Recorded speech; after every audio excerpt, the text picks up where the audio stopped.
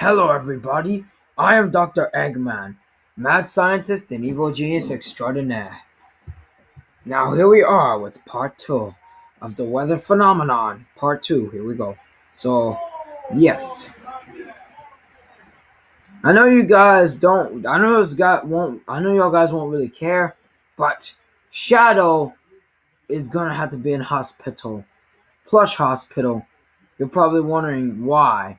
Well, he tore his arm in some kind of accident. So, if we do make another video with plushies, Shadow will appear, but he will show you that he broke his arm. But anyways, let's just go. This is a very good video. Fallstreak hole cloud. What? A Fallstreak hole cloud, or hole punch hole cloud, is a large circular or elliptical gap that can appear in a cirrocumulus or altocumulus clouds. Such holes are formed when the water temperature in the clouds is below freezing. 21. But the water has not frozen yet due to the lack of ice nucleation particles. We're going to 21. When ice crystals do form, it will set off a domino effect due to the Bergson process, causing the water droplets around the crystals to evaporate. This leaves a large, often circular, hole in the cloud. Fallstreak hole clouds have been spotted around the world recently. The main sightings have been in Romania, Moscow, Malta, and Florida. Other theories as to the creation or forces that form Fallstreak hole clouds range from them being UFO clouds, crop circle clouds, or also the product of government technology such as HAARP. Guys, I know I'm a mad genius and an extraordinary scientist, but I don't know what the Bergson process is. Sun halos. Oh! Like rainbows, sun halos are formed around the sun due to the moisture being refracted from the sun's rays in the upper atmosphere. Halos around the sun happen when high, thin, cirrus clouds are drifting high above. Good music. Tiny ice crystals in the Earth's atmosphere cause the halos. They do this by refracting and reflecting the light. Awesome. Sometimes, two or more areas of the circle or arc surrounding the sun will be brighter, forming what are called sundogs. Halos can also form around the moon, and occasionally around the brighter stars and planets like Venus. Venus, huh? The colors of a halo can differ, Yeah. like a rainbow, All right. depending on how it is dispersed after reflection and refraction.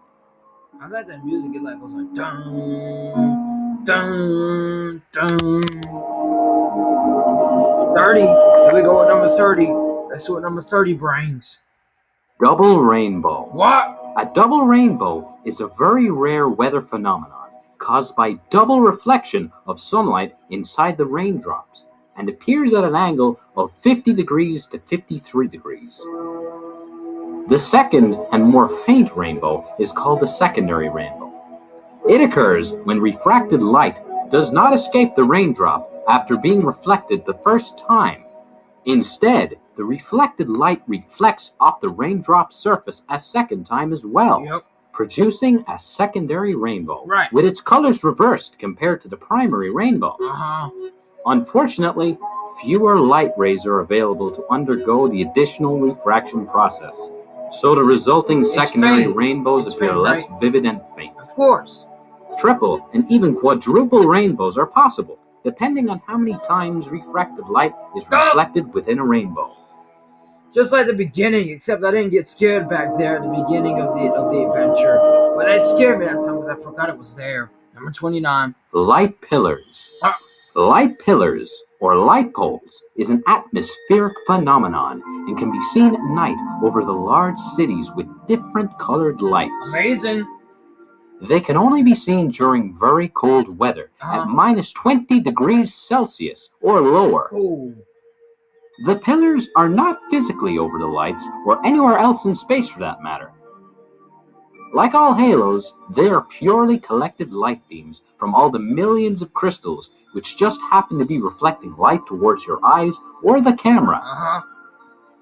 Artificial light pillars can be much taller than their natural counterparts because rays from the lights are not parallel and plate crystals with small tilts can still reflect them downward. Yeah. The higher the crystals in the atmosphere, the taller the pillar. All right. When the crystals are very high or the light sources are close, the pillars seem to radiate from overhead. Alright. We're getting near 21. Again. Mammatus clouds. Ooh. These odd-shaped clouds are often associated with a storm front, especially one involving a thunderstorm. It's not completely understood how they form. Okay. True to their ominous appearance, Yeah. Mammatus clouds are often harbingers of a coming storm or other extreme weather system. Wait, what? Typically composed primarily of ice, they can extend for hundreds of miles in each direction, and individual formations can remain visibly static for 10 to 15 minutes at a time. Static? While they may appear foreboding, they are merely the messengers before or even after severe weather. Static, though. They said it will be static for 10 to 15 minutes at a time. Well, I don't know if they said 10 to 15. I forgot. Novaya Zemlya effect. Red. The Novaya Zemlya effect is a polar mirage caused by high refraction of sunlight between atmospheric thermoclines. The Novaya Zemlya effect will give the impression that the sun is rising earlier than it should, and depending on the meteorological situation, the effect will present the sun as a line or a square made up of flattened hourglass shapes. Light refracted through atmospheric temperature inversions can cause images of objects below the horizon to rise up into view. Really? This phenomenon is called looming. The Novaya Zemlya effect occurs in Arctic regions, where tracts of cold air remain uniquely stable over hundreds of kilometers, creating a special instance of a meteorological temperature inversion. The distortion, powerful enough to bend light through 4 or 5 degrees, can make celestial bodies like the sun or moon appear wholly above the horizon when they are physically below it. So the Novaya Zemlya effect, not only is the color red, but it's a polar mirage. So basically, it's a mirage. Mirages. And speaking of that, mirages occur when light is refracted to produce an image of an object or the sky here they are. Where it simply isn't. Right. A mirage is usually most noticeable on hot and sunny days. The most common kind is one where it appears that there is a pool. Yeah. However, when you get close to it, you realize that just simply is not there. Doesn't exist. Warm air is less dense than cool air. Cool. And the variation between the hot air at the surface of the road and the denser cool air above it creates a gradient in the refractive index of the air. All right. Objects that attempt to enter the mirage will appear to melt or disappear completely. All right. However, in reality, they don't. They're unaffected. Unaffected? So it does nothing to them? That's unbelievable. It can't be! Wait, what? Why did I even say that? Roll cloud.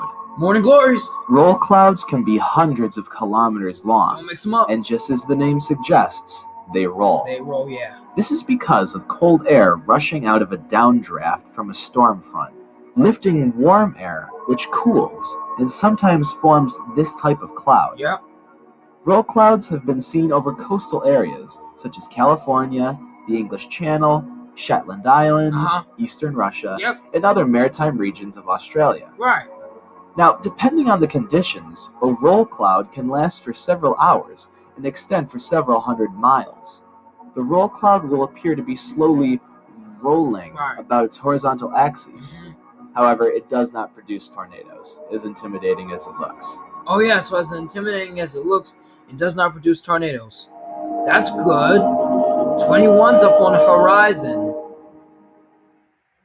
Sun pillars. Oh yeah. Sun pillars are a halo phenomenon of a vertical shaft of light extending upward or downward from the sun. Typically seen during the sunrise or sunset, sun pillars form when sunlight reflects off the surfaces of ice crystals associated with thin, high-level clouds. The hexagonal plate-like ice crystals fall with a horizontal orientation, gently rocking from side to side as they fall. All right. When the sun is low on the horizon, an area of brightness appears in the sky above or below the sun, as sunlight is reflected off the surfaces of these tipped ice crystals. Sun pillars are seen best within a few minutes of sunrise or sunset. Initially, they have about the same color and width as the sun, but sun pillars will gradually change their color from orange-white to red-orange. Well, the more you know. I guess the more you know, the more to show.